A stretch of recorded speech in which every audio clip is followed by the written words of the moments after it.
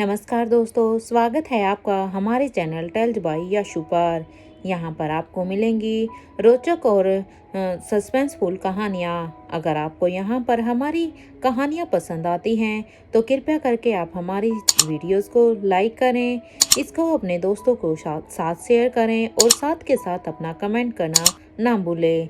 अगर आप इस चैनल पर नए हैं तो कृपया करके इसे सब्सक्राइब भी करें। आपका ज़्यादा समय न लेते हुए चलो आज की कहानी को शुरू करते हैं।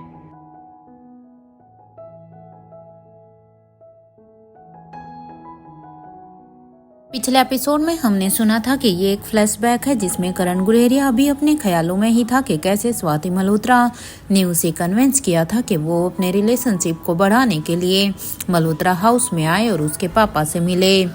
करण भी उस समय स्वाति मल्होत्रा के पापा से मिलने के लिए वहां पर चले गए थे। अब यहाँ पर स्वाति के पापा खुद सोचते हैं कि बीती रात कैसे स्वाति ने खाना खाते हुए उन्हें बताया था कि वो कॉलेज में किसी लड़के को, बस स्वाति ने इतना ही कहा था कि तभी यशवंत कहते हैं कि मुझे ये उम्मीद नहीं थी, क्योंकि मुझे लगा था तुम पहले अपने करियर पर फोकस करोगी, इन फालतू की चीज़ों में डिस्ट्रैक्ट बिल्कुल भी नहीं होगी। तुम्हें अंदाज़ा भी नहीं है ये सभी चीज़ें तुम्हारे करियर पर कितना नेगेटिव इम्पैक्ट डालेगी।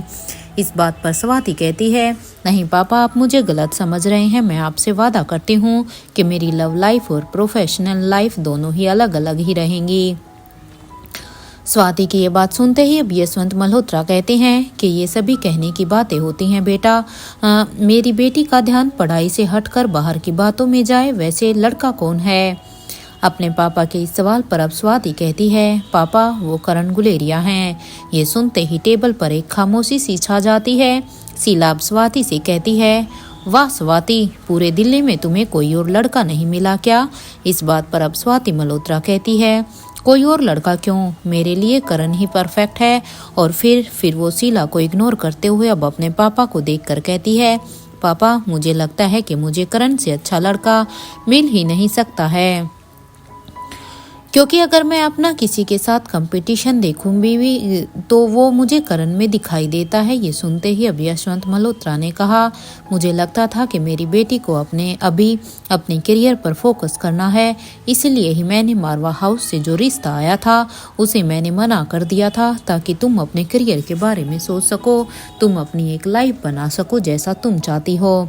लेकिन आज तुम्हारी बातें सुनकर तो ऐसा लगता है कि तुम्हें शादी कभी ही करनी है। ये सुनते ही अब स्वाति मल्होत्रा ने कहा, नहीं पापा, ऐसा कुछ भी नहीं है। करण और मैं एक रिलेशनशिप में हैं और करण ने मुझे कहा है कि हमारा रिश्ता कभी भी मेरे करियर में रुकावट नहीं बनेगा। अब स्वाति की इस बात पर तब यशवंत मल्होत्रा कहते हैं, क्या वाकई में तुम्हें पूरा यकीन है कि करण गुलेरिया से अच्छा लड़का तुम्हारे लिए हो ही नहीं सकता स्वाति? अब अपने पापा की इस बात को सुनकर स्वाति कहती है, पापा करण से अच्छा लड़का मुझे नहीं मिल सकता है और उससे अच्छा कोई बना ही नहीं है। इस बात पर अब यशवंत मल्होत्रा कहते हैं, अगर मैंने तुम्हारे लिए करण गुलेरिया से अच्छा लड़का ढूंढ लिया तो फिर क्या करोगी? अब अपने पापा की ये बात सुनते ही अब स्वाति बड़ी ही हैरानी से अब अपने पापा को देखती है और वो कहती है, अगर आपने ऐसा कर दिया तो देखते हैं। वैसे मुझे नहीं लगता कि करण से अच्छा लड़का आपको मेरे लिए कहीं भी मिल सकता है। मैं पूरी 100% आपको गारंटी देती हूँ। और हाँ, कल मैंने करण को घर पर आपसे मिलने के लिए भी बुलाया है, आप उसे प्लीज अच्छे से बिहेव कीजिएगा। स्वाति की इस बात पर अब यशवंत मल्होत्रा कहते हैं, तुम चिंता मत करो, करण गुलेरिया का स्वागत यहाँ पर बहुत ही अच्छे से होगा जैसे तुम चाहती हो। अपने पापा के साथ अपनी बात को पूरा करने के बाद स्वाति अब सभी को ही एक्सक्यूज मी कहकर और गुड नाइट बोलकर अब वहाँ से चली जाती है, क्योंकि अब बातों ही बातों में उसकी अपने पापा से बहस भी हो गई थी। इधर अपने ख्यालों से बाहर आते हुए यशवंत मल्होत्रा, जो कि अभी करण गुलेरिया के साथ ही बैठे हुए थे, वो अब बड़े ही ध्यान से अभी भी करण गुलेरिया को ही देख रहे थे। वो अभी भी उसके सामने बैठे बस करण गुलेरिया के अंदर कोई ना कोई कमी निकालने के बारे में ही सोच रहे थे। इधर करण गुलेरिया अब सोच रहे थे कि स्वाति के पापा आखिर उन्हें ऐसे घूर घूर कर क्यों देख रहे हैं। क्या उनके अंदर कोई कमी रह गई है क्या? कहीं उनका ड्रेसिंग कोड तो ठीक नहीं है, उनके बाल तो ठीक है ना? वो अभी ऐसे ही सोचते हैं। कुछ देर तक दोनों के ही बीच में खामोशी थी। यशवंत यहाँ पर करण में कमी निकालने की सोच रहे थे, जबकि करण यहाँ पर यही देख रहे थे कि कहीं कोई सच में कमी ना रह गई हो। यशवंत मल्होत्रा अब कुछ देर की खामोशी के बाद अब अपनी जगह से उठते हैं और अब वो उठकर अब करण गुलेरिया से कहते हैं, लेट्स गो फॉर ड्राइव। ये कहते हुए ही यशवंत मल्होत्रा अब अपने घर से बाहर आ जाते हैं। तो वहीं करण गुलेरिया भी अब अपनी जगह से उठकर अब उस घर की पूरे घर की तरफ अब देखने लगते हैं कि आखिर ये स्वाति कहाँ रह गई है। वो अभी तक मेरे सामने क्यों नहीं आई, समझ में ही नहीं आ रहा है। वो मुझे बुलाकर खुद कहाँ पर गायब हो गई है। अरे उसे तो नीचे खुद सबसे आगे ही होना चाहिए था, क्योंकि उसने खुद मुझे यहाँ पर बुलाया और खुद ही अब कहीं छिप गई है। ऐसा कौन करता है भला? क्या स्वाति ने अपने पापा को हमारे बारे में कुछ भी नहीं बताया है क्या? क्योंकि मुझे तो अभी कुछ भी समझ में नहीं आ रहा कि क्या अंकल हमारे रिश्ते के बारे में जानते भी हैं या नहीं, या सारी शुरुआत मुझे ही शुरू से करनी है। यहाँ करण गुलेरिया अब अपने ही ख्यालों में थे। साथ के साथ उसे अब स्वाति के ऊपर गुस्सा भी आ रहा था कि तभी अब उनके कानों में गाड़ी के हॉर्न की आवाज़ सुनाई देती है। जैसे ही अब उसके कानों में गाड़ी की आवाज़ सुनाई दी तो वो अब अपने कदमों को बाहर की तरफ बढ़ा देते हैं। कुछ ही देर के बाद वो जैसे ही बाहर आते हैं तो उनके सामने एक रेड कलर की स्पोर्ट्स कार खड़ी थी। करण गुलेरिया ने जब सामने की गाड़ी को देखा तो उन्हें वो गाड़ी बहुत ही पसंद आई थी। वो जानते थे कि ये कार बहुत ही लिमिटेड एडिशन में है, क्योंकि ये बहुत कम ही मिलती है, बहुत कम लोगों के पास ऐसी स्पोर्ट्स कार हैं। करण गुलेरिया भी अपने इन्हीं ख्यालों में ही थे कि तभी उनके कानों में अब यशवंत मल्होत्रा की आवाज़ आती है, जो कि कह रहे थे कि जल्दी से आकर अंदर बैठ जाओ। ये सुनते ही अब करण गुलेरिया ने भी बिना टाइम वेस्ट किए वो जल्दी से गाड़ी के अंदर आकर बैठ जाते हैं, क्योंकि आज वो किसी भी तरह से अपना अट्रैक्शन कम नहीं करना चाहते थे। वो पूरी तरह से ही यशवंत की नज़रों में अच्छा बनना चाहते थे। और इधर वो गाड़ी के अंदर बैठकर अब गाड़ी के दरवाजे को बंद कर देते हैं। इधर यशवंत मल्होत्रा ने भी अपनी गाड़ी को फुल स्पीड में किया हुआ था और उन्होंने इतना तेज़ टेक ऑफ लिया था कि ऐसा लग रहा था कि मानो कोई कार रेसिंग कंपटीशन है। करण गुलेरिया को भी एडवेंचर्स तो बहुत ही पसंद है, लेकिन ये थोड़ा सा अनएक्सपेक्टेड था, क्योंकि करण ने ये नहीं सोचा था कि ऐसे स्वाति के पापा ऐसा कुछ करेंगे। उनके लिए जितनी स्पीड से यशवंत मल्होत्रा गाड़ी चला रहे थे, करण को तो ऐसा लग रहा था कि पता नहीं अगले पल क्या ही हो जाएगा। हर टर्न पर 180 डिग्री का ड्रिफ्ट लेकर अपनी स्पीड को मेंटेन किए हुए थे वो।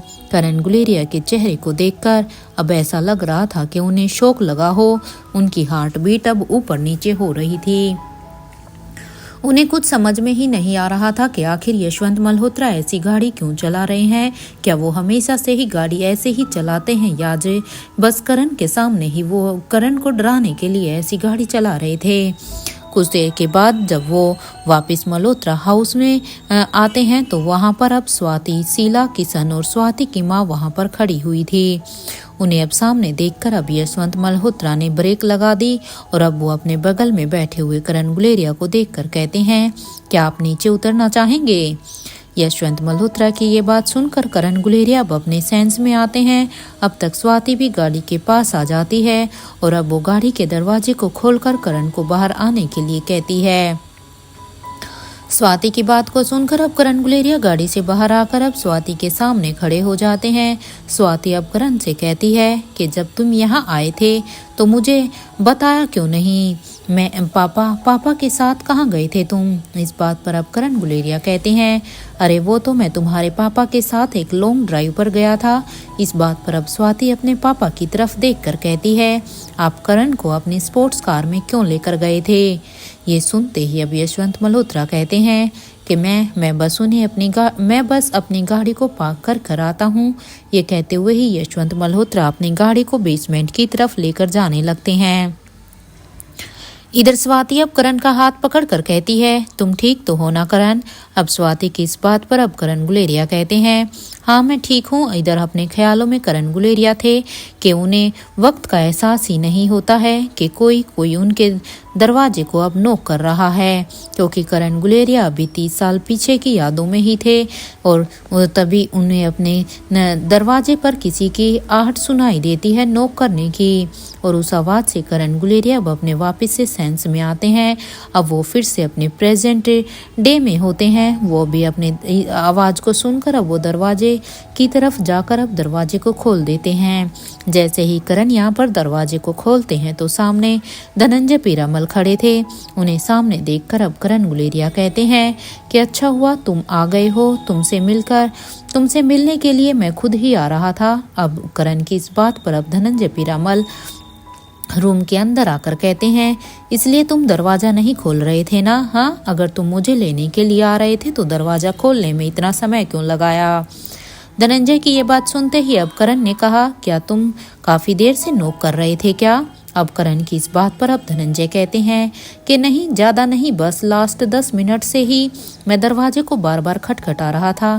खैर ये सब छोड़ो, तुम बताओ क्या काम था तुम्हें तुम मुझसे मिलने के लिए आ रहे थे? अब धनंजय की इस बात पर अब करण गुलेरिया कहते हैं कि मेरे पास रिया का फ़ोन आया था, वो कार रेसिंग कंपटीशन देखने के लिए जाना चाहती है, इसलिए ही मैं वहां पर आ रहा था। अब करण की ये बात सुनते ही धनंजय पीरामल कहते हैं, ये तो बहुत ही अच्छी बात है। अगर रिया का मन है कार रेसिंग में जाने का, उसे देखने का, तो वो जरूर जाएगी। ये सुनते ही अब करण गुलेरिया भी कहते हैं, मेरे पास एक आइडिया है, क्यों ना हम सभी बच्चों के साथ अपने चेहरे पर मास्क लगा कर जाएं। इससे बच्चे रेस भी इंजॉय कर पाएंगे और वो सेफ भी रहेंगे। अब करण की ये बात सुनते ही धनंजय पीरामल कहते हैं, ये एक अच्छा आइडिया है, लेकिन क्या तुमने इस बारे में अनीका और रोहित से बात किया है कि तुम बच्चों को लेकर कार रेसिंग कंपटीशन को दिखाने के लिए जा रहे हो? अब धनंजय की इस बात पर अब करण गुलेरिया कहते हैं, तुम उसकी चिंता बिल्कुल भी मत करो, मैं अनीका को मैसेज ड्रॉप कर दूंगा कि बच्चे हमारे साथ रेस देखने के लिए जा रहे हैं। और हाँ, मैं कैलाश अधिकारी को भी कह दूंगा कि वो पिंकी और यश को भी वहाँ पर ले आएं, क्योंकि बच्चे आपस में वहाँ मिल भी लेंगे और वे बच्चे भी इस कंपटीशन को देख पाएंगे। अब बच्चे जा ही रहे हैं तो सभी ही एंजॉय करेंगे ना। ये सुनते ही अब धनंजय पीरामल कहते हैं, हाँ बस रिया से कहना कि वो एक्साइटमेंट में आकर अपनी दादी से कुछ ना कह दे।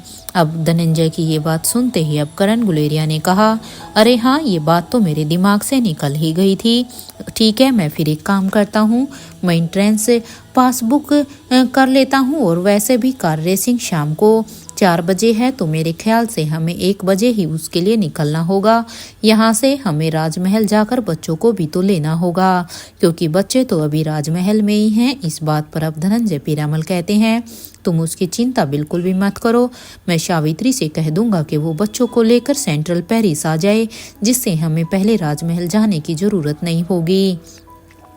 और कैलाश अधिकारी भी यश और पिंकी को लेकर आ जाए, वहीं पर ही आ जाएगा और हम भी वहां पहुंच जाएंगे। सेंट्रल पेरिस से हम कार रेसिंग देखने के लिए चलेंगे। इस बात पर अब करण गुलेरिया कहते हैं, बाकी सब तो ठीक है यार, लेकिन क्या हम सावित्री के भरोसे बच्चों को छोड़ सकते हैं क्या?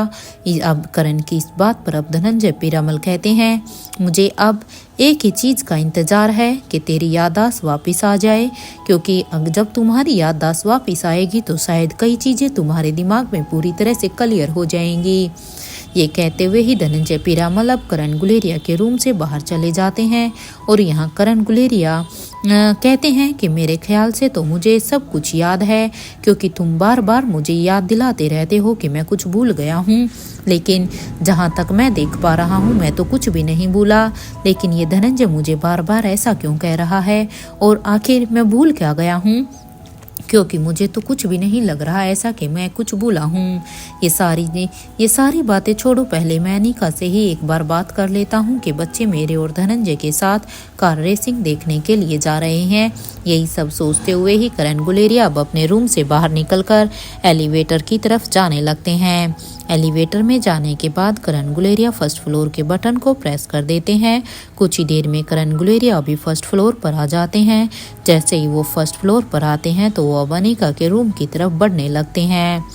कुछ ही देर की वॉकिंग डिस्टेंस के बाद जब वो वहाँ पर कनिका के कमरे के सामने पहुँचते हैं तो अब वो उसके दरवाजे को नॉक करने लगते हैं। अपने रूम के अंदर इधर अनिका भी जॉन को अच्छे से इंस्ट्रक्शन दे रही थी कि उसे रोहित मारवा बनकर सभी के साथ वैसे ही बिहेव करना है जैसे कि रोहित सभी के साथ करता है। वैसे तो अनिका जानती थी कि जॉन इससे पहले भी रोहित बनकर उसका काम अच्छी तरह से संभाल चुका है। पहले भी जॉन ने रोहित के कार्यभार को अच्छे से संभाला था, अपनी हर एक रिस्पॉन्सिबिलिटी को अच्छे से निभाया था।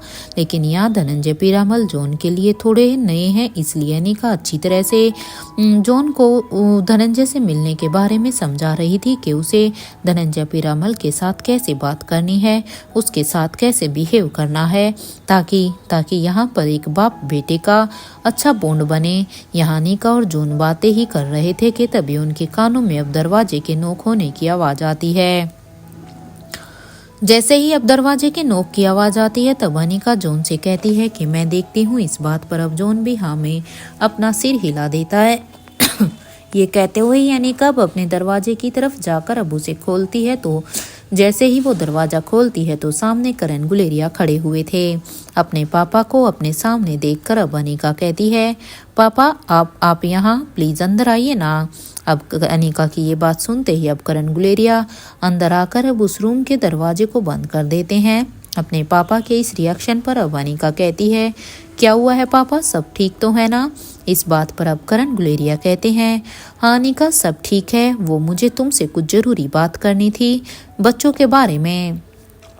अपने पापा की इस बात पर अब अनिका कहती है कि हाँ पापा कहिए ना। इस बात पर अब करण गुलेरिया कहते हैं कि रिया का फ़ोन मेरे पास आया था, वो रेस कंपटीशन देखने के लिए जाना चाहती है और मैंने उसे बहुत मना करने की भी कोशिश की, लेकिन लास्ट में रिया जीत गई। मैं उसे मना नहीं कर पाया और अब तो मैं भी उसे वहाँ पर लेकर जा रहा हूँ। इस बात पर अब अनिका अपने मन ही मन में सोचती है कि मेरी बेटी तो मुझसे भी 10 कदम आगे है। मेरे मना करने के बावजूद भी उसने पापा को मना लिया। सच में ये लड़की भी ना। अपनी बेटी को ऐसे देखकर अब करण गुलेरिया कहते हैं, जस्ट रिलैक्स अनिका, बच्चों के साथ में और धनंजय भी रहेंगे क्योंकि बच्चे अकेले नहीं जा रहे हैं। तुम्हें हम पर भरोसा है ना कि हम बच्चों की सेफ्टी के बारे में बच्चों को कुछ भी नहीं होने देंगे। अपने पापा की इस बात पर अब अनिका कहती है, पापा ऐसी कोई भी बात नहीं है कि मुझे आप लोगों के ऊपर भरोसा नहीं है। मैं तो बस बच्चों की सेफ्टी को लेकर ही थोड़ा सा परेशान थी और शायद इसीलिए ही मैंने उन्हें जाने से मना किया था। इस बात पर अब करण गुलेरिया कहते हैं, तुम चिंता मत करो, हम बच्चों का ध्यान अच्छी तरह से रखेंगे। अपने पापा की ये बातें सुनते ही अब अनिका कहती है, ठीक है फिर पापा, जैसा आपको ठीक लगे। यहाँ करण गुलेरिया अब अनिका से बातें कर ही रहे थे तो वहीं अपने रूम में धनंजय पीरामल के दिमाग में वही इंसान आ रहा था जिसे उन्होंने तब देखा था जब वो सभी राजीव को लेकर अपनी गाड़ी की तरफ जा रहे थे। यहाँ धनंजय पीरामल अपनी ही सोच में थे कि तभी उसकी नज़र अब सामने पेड़ पर बैठे हुए एक पंछी पर जाती है। कुछ देर तक उस पंछी की आंखों में कांटेक्ट करने के बाद, उसकी आंखों में देखने के बाद अब धनंजय पीरामल कहते हैं कि तुम समझ गए हो ना मैंने तुम्हें क्या कहा है। अब जाओ उसके पास और मेरा पूछा हुआ सवाल उससे पूछो। धनंजय पीरामल की सारी ही बातें समझकर अब वो पंछी वहां से उड़कर आसमान की तरफ जाने लगता है। कुछ देर तक धनंजय पीरामल अभी अपनी ही सोच में थे कि तभी उन्हें याद आता है कि उन्हें तो आलिशा को लेकर राजमहल के लिए जाना था। अपने रूम से बाहर निकलकर धनंजय पीरामल अब आलिशा के रूम की तरफ जाने लगते हैं तो कुछ देर तक चलने के बाद वो देखते हैं कि आलिशा और आकाश तो रेलिंग के पास दोनों ही खड़े होकर कुछ आपस में बातें कर रहे थे। उन्हें ऐसे आपस में बात करता हुआ देखकर धनंजय पीरामल अब अपने बढ़ते हुए कदमों को अब वहीं पर ही रोक लेते हैं और वो अब मुड़कर वापस से अपने रूम की तरफ जाने लगते हैं क्योंकि उन्होंने उन्हें इंटरफेयर करना जरूरी नहीं समझा। वहीं आलिशा और आकाश आपस में ही बातें कर रहे थे। आलिशा आकाश से कहती है, कोशिश करना कि मिस्टर राजीव गुलेरिया के बारे में मिसिज अंजलि मल्होत्रा को कुछ भी पता ना चले। आलिशा की इस बात पर अब आकाश कहता है, शायद तुम सही कह रही हो, अब उनकी भी तो एक अपनी जिंदगी है ना, और मैं भी बिल्कुल भी नहीं चाहता हूँ कि हमारी वजह से उनकी फैमिली लाइफ में कुछ भी असर हो। हम उनके बच्चे ज़रूर हैं और हम अपनी जिम्मेदारी को हमेशा संभालेंगे। और वैसे भी अब हमारी भी तो अपनी एक लाइफ है, हम अभी कोई छोटे बच्चे नहीं हैं और जो जैसा चल रहा है उसे वैसे ही चलने देना चाहिए। आकाश की ये बातें सुनकर अब आलिशा कहती है कि शायद आप सही ही कह रहे हैं, मैं भी आपकी बात से पूरी तरह से सहमत हूँ। और वैसे भी हमारे पेरेंट्स का हम पर उतना हक नहीं है जितना कि करण पापा का मुझ पर है और धनंजय अंकल का तुम पर है। इस बात पर अब आलिशा कहती है, हाँ आप सही कह रहे हैं और हाँ मेरे दिमाग से निकल गया था कि आपसे ये पूछना चाहते हैं कि क्या आप ही ईगल के साथ जो हम प्रोजेक्ट कर रहे हैं उन्हें आप ही रिप्रेजेंट करेंगे। अब आलिशा की इस बात पर अब आकाश आलिशा की तरफ देखकर यही सोचता है कि पता नहीं जिस दिन रानी साहिबा को सब कुछ सच सच पता चलेगा ना तो वो कैसे ही रिएक्ट करेगी कि वो सच में वही ईगल है। अपने इन्हीं ख्यालों को दिमाग से हटाते हुए अब आकाश कहता है, हाँ मैं ही उस प्रोजेक्ट को रिप्रेजेंट करूंगा और मेरे ख्याल से हमें अपनी मीटिंग को पूरा कर लेना चाहिए। ये सुनते ही अब आलिशा कहती है कि आपकी बात सही है, लेकिन हम पहले मिस्टर राजीव गुलेरिया से बात करना चाहते हैं, उनसे मिलना चाहते हैं और हाँ हम उनसे पूछना भी और हमें उनसे पूछना भी है कि उनकी ऐसी हालत किसने की है, क्योंकि जैसी हालत उनकी थी उसे देखकर ऐसा लग रहा था कि कोई उन्हें जान से मारना चाहता था। हम उसे बिल्कुल भी नहीं छोड़ेंगे जिसने भी उनकी ये ऐसी हालत की है। हम उस इंसान का पेरिस में रहना मुश्किल कर देंगे कि उसके लिए पेरिस में रहना बहुत मुश्किल हो जाएगा। एक बार बस मुझे उस इंसान के बारे में पता चल जाए। आलिशा की ये बात सुनते ही अब आकाश कहता है कि पहले तुम शांत हो जाओ और हाँ जल्दबाजी में आकर कोई भी गलत डिसीजन मत ले लेना। अब आकाश की इस बात पर अब आलिशा कहती है, ठीक है हम इस बात का ध्यान रखेंगे, लेकिन हाँ अब हमें लगता है कि हम अब अनिका से और मिस्टर मारवा से रिक्वेस्ट करें कि वो मिस्टर राजीव गुलेरिया से मिलने के लिए हमें परमिशन दे दे। यहाँ पर जब ये दोनों आपस में बातें कर रहे थे तो वहीं नीचे इंस्पेक्टर अब्बास के रूम में विकास और अब्बास के बीच में आपस में बहस हो रही थी, जहाँ पर इंस्पेक्टर अब्बास विकास को रोकने की कोशिश कर रहे थे।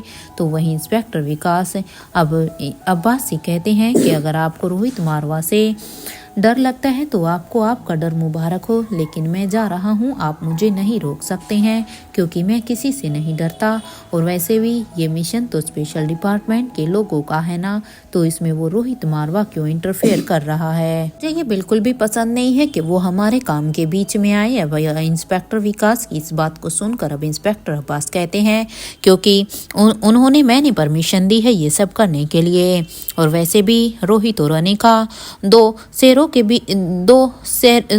बीच में धनंजय पीरामल और करण गुलेरिया, तुम्हें अंदाजा भी नहीं है कि ये दोनों जब साथ में आते हैं ना तो क्या क्या कर सकते हैं। अरे 15 साल पहले जब मेरी नई पोस्टिंग हुई थी ना तो ये मेरा पहला केस था और इस केस को लीड किया था करण गुलेरिया और धनंजय पीरामल ने ही। हालांकि ये दोनों स्पेशल डिपार्टमेंट के लोग नहीं हैं, लेकिन इन दोनों शेरों ने ही उस समय मेरी हेल्प की थी और यही उस मिशन को लीड भी कर रहे थे।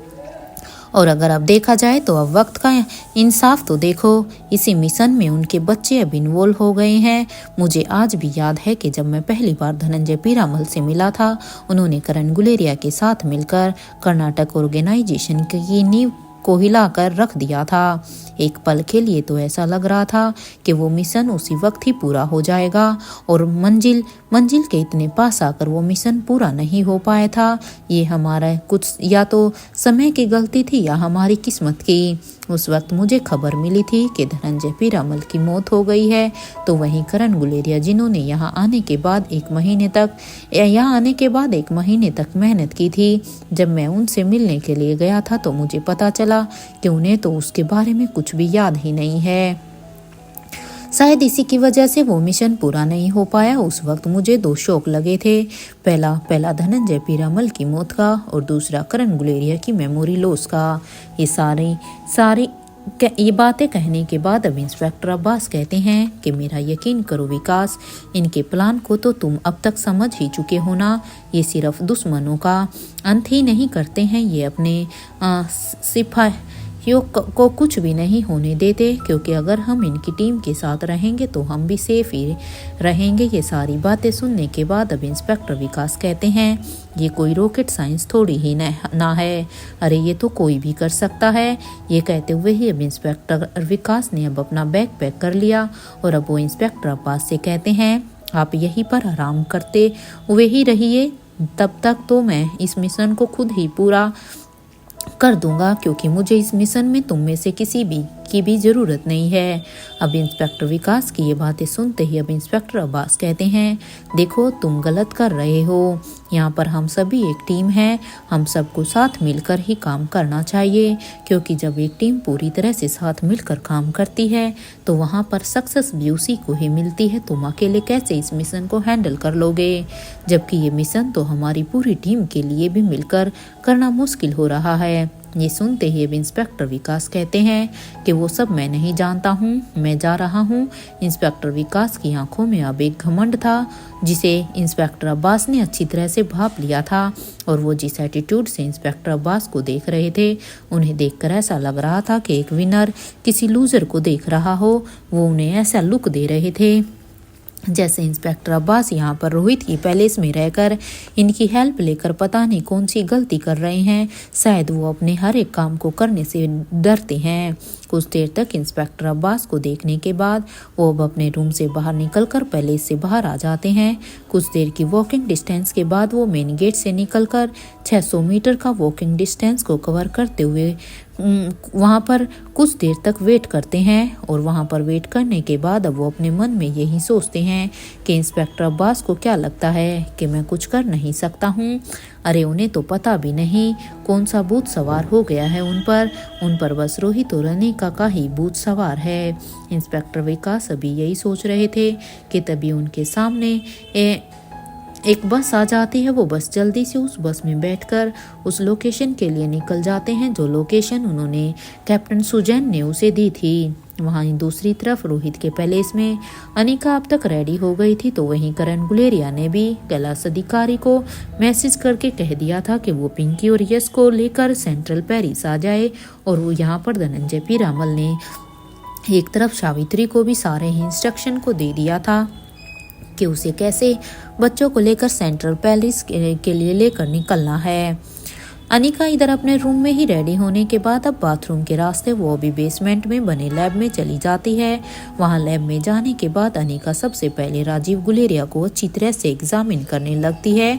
कुछ देर तक एग्जामिन करने के बाद अनिका बैनी से कहती है ये अब ठीक है और इनकी बॉडी भी अब रिस्पॉन्स कर रही है। इस बात पर अब एनी कहती है मैडम क्या हम इन्हें अब रूम में शिफ्ट कर सकते हैं क्या। एनी की इस बात पर अब अनिका कहती है ठीक है कर सकते हैं, मैं थोड़ी ही देर में आती हूँ, इसके बाद ही हम इन्हें शिफ्ट कर देंगे। ये कहते हुए ही अनिका अब वहाँ पर मौजूद किंग के स्टैचू से कहती है कि तुम यहीं पर ही रुको, मैं यहाँ आने के बाद ही तुम्हारे साथ जाऊंगी। अनिका की इस बात पर अब किंग की स्टैचू भी कहती है कि क्या छोटे युवराज भी आपके साथ जाएंगे। इस बात पर अब अनिका उसे बड़ी ही हैरानी से देखती है और वो उसे कहती है तुम्हें कैसे पता चला। इस बात पर अब वो स्टैचू कहती है कि सावित्री का फोन मेरे पास आया था, उसने मुझे बताया था कि मैं आपके साथ हमारे छोटे युवराज को और उनके भाई बहनों को प्रोटेक्ट करूंगी। इस बात पर अब अनिका कहती है अच्छा फिर ठीक है तुम चलो मेरे साथ। ये कहने के बाद अनिका बैनी से कहती है कि तुम इनका अच्छे से ख्याल रखना, और हाँ वैसे तो तुम्हें पता ही है कि तुम्हें क्या करना है और कैसे करना है। अगर इनकी बॉडी में कुछ तुम्हें हलचल दिखाई देती है तो फिर इन्हें जब होश आएगा तो हमें क्या करना है ये तुम्हें अच्छी तरह से पता है। इस बात पर बैनी कहती है don't worry madam, I am take care of him, you both can go. इस बात पर अनिका किंग की स्टैचू की तरफ देखकर कहती हैं क्या अब हम चलें। अब अनिका की इस बात को सुनते ही अब स्टैचू कहती है श्योर मैडम लेट्स गो। इतना कहते हुए ही स्टैचू वहां से जाने लगती है और वो और अनिका अब दोनों ही जल्दी से अपनी गाड़ी में बैठकर वहां से रवाना हो जाती हैं। तो वहीं अब तक करण गुलेरिया और धनंजय पीरामल भी रेडी हो गए थे। धनंजय पीरामल अपने रूम से बाहर निकलकर करण गुलेरिया के रूम की तरफ जाने लगता है। कुछ ही देर के डिस्टेंस के बाद जब वो उनके रूम के सामने जाकर उनके दरवाजे को नॉक करने लगता है तो कुछ ही देर की नॉक के बाद जैसे ही दरवाजा खुला तो सामने करण गुलेरिया खड़े थे। अपने दोस्त को ऐसे सामने देखकर अब धनंजय पीरामल कहते हैं, अब चलें हम इस बात पर। अब करण गुलेरिया कहते हैं कि बाहर से नहीं, हम अंदर के रास्ते से ही जाएंगे, क्योंकि अंदर से ही हम बाहर जा सकते हैं। ये सुनते ही अब धनंजय पीरामल सवालिया नजरों से करण गुलेरिया को ही देख रहे थे। उन्हें ऐसे देखकर अब करण गुलेरिया कहते हैं, ऐसे मत देखो, अब चलो और हाँ अंदर आओ। ये सुनते ही अब धनंजय पीरामल अंदर आ जाते हैं तो करण गुलेरिया अब अपने रूम के दरवाजे को बंद कर देते हैं और वो अब अपने दोस्त से कहता है, तुमने मास्क ले लिया है क्या? इस बात पर अब धनंजय पीरामल कहते हैं कि हाँ मैंने मास्क ले लिया है।